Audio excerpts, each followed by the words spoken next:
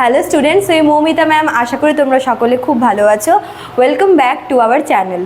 Students, আজকে আমি তোমাদের থার্ড সেমিস্টার মেজর ইংলিশের পেপার 3 ইউনিট 2টা শুরু করতে চলেছি। তোমাদের ইউনিট 2 এর যে ফার্স্ট টপিকটা আছে, যেটা হচ্ছে অভিজ্ঞানে শকুন্তলম, যেটা লিখেছেন হচ্ছেন কালিদাস।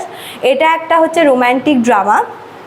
এটা মেইনলি মহাভারতের একটা পার্ট, ঠিক আছে? মহাভারতে তো অনেকগুলো পর্ব আছে, তো সেই পর্বগুলোর একদম যে আদি পর্ব, যেটা সেই আদি পর্বের একটা পার্ট হচ্ছে এই এই গল্পটা, ঠিক আছে? যেটা হচ্ছে কালিদাস পরে সুন্দর করে লিখেছেন। আর এটা মেইনলি সংস্কৃত ভাষাতে লেখা হয়েছিল। আর টোটাল এখানে 7টা পার্ট আছে, তোমরা দেখো এখানে লিখেছি আমি। তো এই 7টা পার্টে কোন ইভেন্ট ব্যাপারে, ইভেন্টের ব্যাপারে বলা আছে, সবগুলোই কিন্তু আজকের ক্লাসে আলোচনা করব। তো ক্লাসটি শুরু করার আগে বলে রাখি যে যারা এখনও পর্যন্ত আমাদের অনলাইন ক্লাসে যুক্ত হওনি বা যারা যুক্ত হতে চাইছো, তারা কিন্তু আমাদের অফিসিয়াল নাম্বারে যোগাযোগ করে যুক্ত হয়ে যেতে পারো। যেহেতু আমাদের প্রায় 1 মাস হয়ে গেল আমাদের অনলাইন ক্লাস চলছে, তো তোমরা যদি অনলাইন ক্লাস করো প্লাস নোটস নাও, তাহলে তোমাদের কিন্তু অনেকটাই ভালো প্রিপারেশন হয়ে যাবে, ঠিক আছে? তো যারা অ্যাডমিশন নিতে চাইছে তারা দেরি না করে ঝটপট আমাদের এই দুটো নাম্বারে যোগাযোগ করে নিও। দেখো নাম্বার দুটো, একটা হচ্ছে 6295916282, আর একটা হচ্ছে 7076398606, ঠিক আছে? তোমরা যে করে একটি নাম্বারে যোগাযোগ করে আমাদের সঙ্গে যুক্ত হয়ে যেতে পারো। আচ্ছা, চলো দেরি না করে শুরু করে দিই, অনেকটা বড় হবে। দেখো, অভিজ্ঞান শকুন্তলম, এটা হচ্ছে খুব বেশি এখানে ঘোরপ্যাচের কিছু নেই। আমি তোমাদের প্রতিটা পার্ট, মোট 7টা পার্টের মধ্যে প্রতিটা পার্ট তোমাদের আমি এক এক করে বুঝিয়ে দেবো, এবং কোন পার্টে কোন ঘটনাগুলি আছে ওগুলো কিন্তু আলোচনা করব, ঠিক আছে? দেখো, প্রথম যে পার্টটা আছে, আচ্ছা প্রথমে বলে রাখি যে অভিজ্ঞান আর শকুন্তলম, এটা হচ্ছে মেনলি শকুন্তলা, আর হচ্ছে শকুন্তলা হচ্ছে এই গল্পের হিরোইন। শকুন্তলা হচ্ছে ঋষি বিশ্বামিত্র আর অপ্সরা মেনকার মেয়ে, কিন্তু সে জন্মের পর থেকে ঋষি কানভার যে আশ্রম, সেখানে থেকে বড় হয়েছে, ঠিক আছে? এবং তার সঙ্গে তার দুজন বান্ধবী আছে। একজনের নাম হচ্ছে প্রিয়ামবাদা, আর একজনের নাম হচ্ছে অনুসুয়া, ঠিক আছে? এইবার দেখো অন্যদিকে গল্পের হিরো, যার নাম হচ্ছে দুষ্মন্ত। দুষ্মন্ত হচ্ছে হস্তিনাপুরের রাজা। তো একদিন কি হয়েছিল, একদিন প্রথম পার্টের কথা বলছি।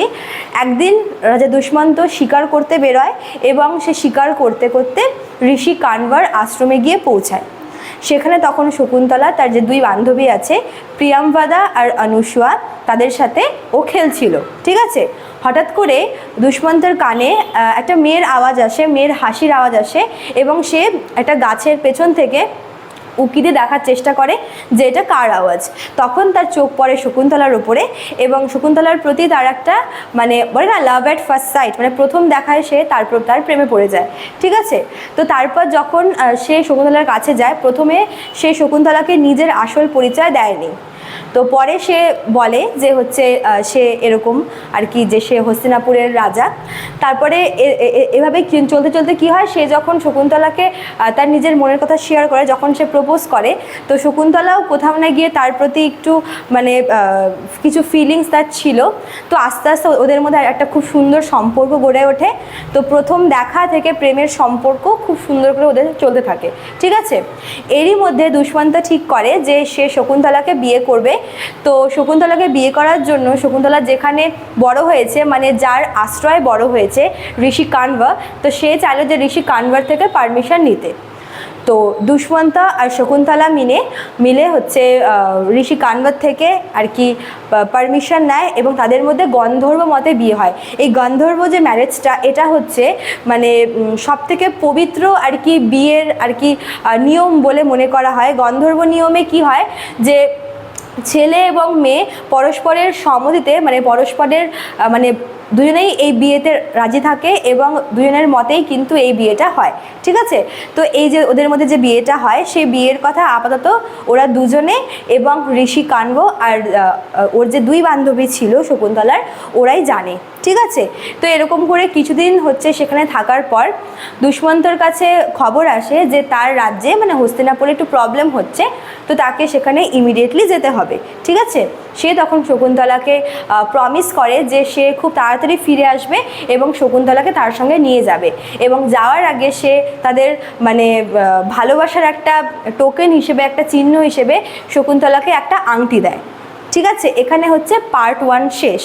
এবার হচ্ছে পার্ট 2।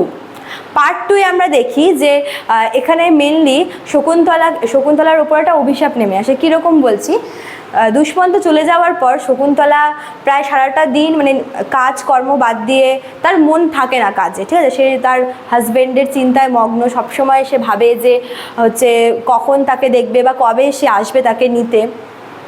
তো এরকম করতে করতে তার মানে সে খাওয়া দাওয়া ঠিকঠাক করে করে না, সারাটা দিন তার হাজব্যান্ডের চিন্তায় সে পড়ে থাকে। তো এমনই একদিন ঋষি কণ্ব সে হচ্ছে শকুন্তলাকে তার আশ্রমে দায়িত্ব দিয়ে তিনি এক জায়গায় যান, ঠিক আছে। এবং তারপরেই হচ্ছে ঋষি দুর্বাসা হচ্ছে একজন মানে ভীষণ রাগী একজন ঋষি, ঠিক আছে। তো তিনি হচ্ছে ঋষি কানভার আশ্রমে যায়।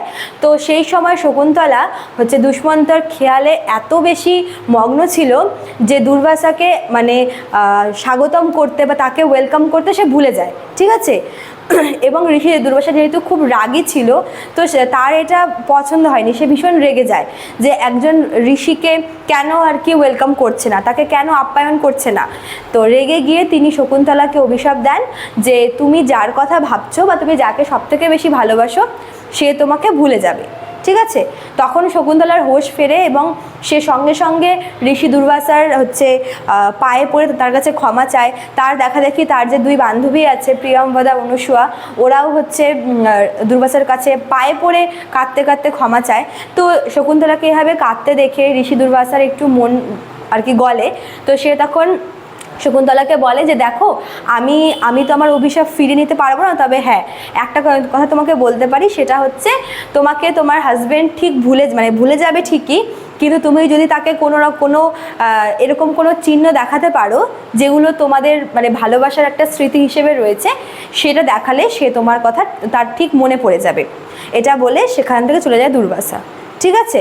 তো এখানে হচ্ছে গল্পের পার্ট 2টা শেষ। এবার হচ্ছে পার্ট নাম্বার 3।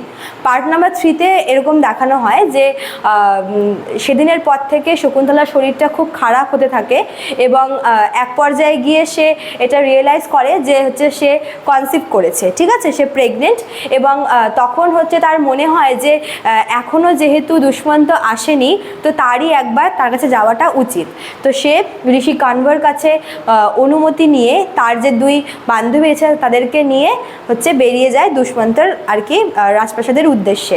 কিন্তু যাওয়ার আগে তাকে ঋষি কানভা কতগুলি অ্যাডভাইস দেয় এবং সেই অ্যাডভাইসগুলো হচ্ছে এরকম যে মানে তার যেন ভালো হয় বা সে যেখানে যাচ্ছে সে যেন ঠিকঠাক করে ফিরে আসতে পারে বা তার যেন সুখের সংসার হয়, এরকম টাইপের যেগুলো বাবারা মেয়েদেরকে বলে। তো এটা এরকম বলে হচ্ছে তিনি শকুন্তলাকে আর দুই বান্ধবীকে যাওয়ার অনুমতি দেয়, ঠিক আছে।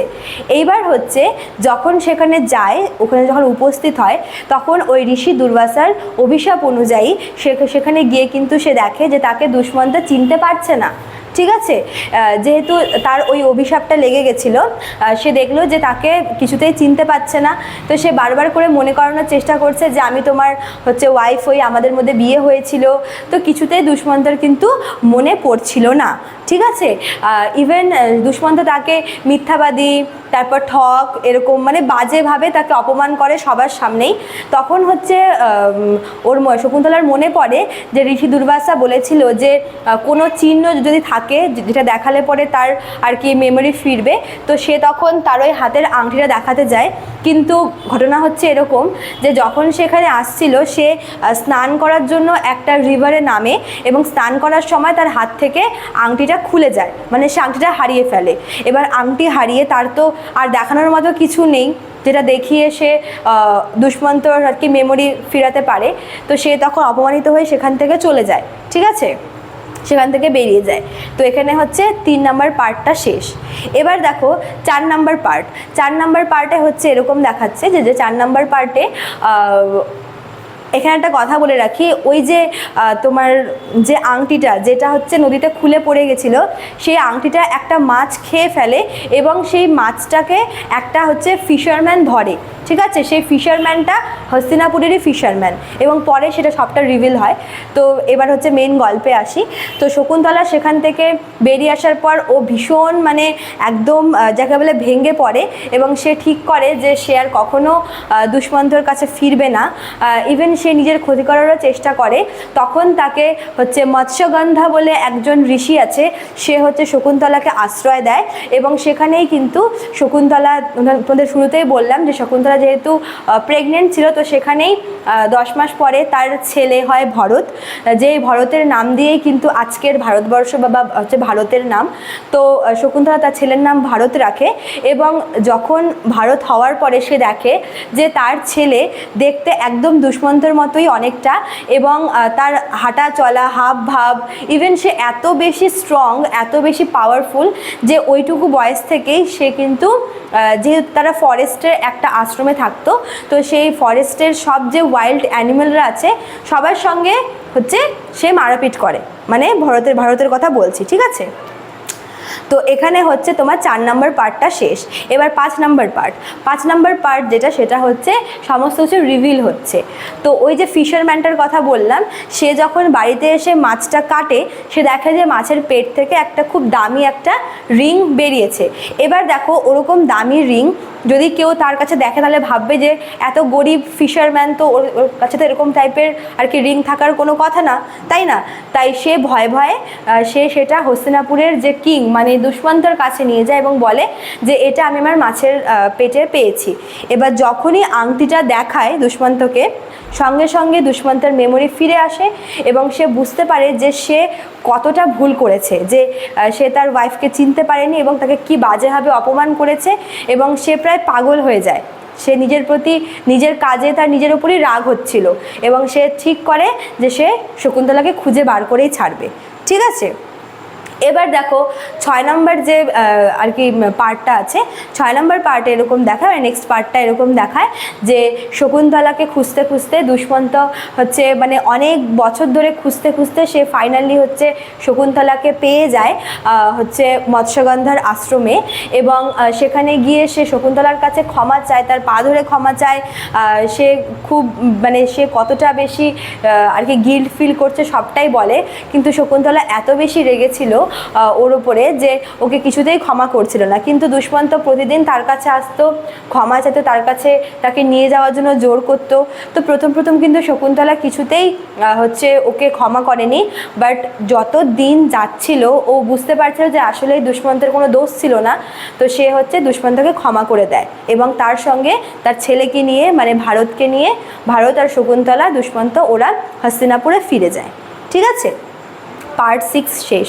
এবার পার্ট 7 যেটা লাস্ট পার্ট, এখানে দেখানো হয় যে ওখানে ফিরে গিয়ে মানে হস্তিনাপুরে ফিরে গিয়ে ওরা খুব সুখে সংসার করে, এবং আস্তে আস্তে ভারত বড় হয়, এবং যখন ও প্রাপ্তবয়স্ক হয় তখন ভারতকে হস্তিনাপুরের কিং হিসেবে বসিয়ে দেওয়া হয়, ঠিক আছে।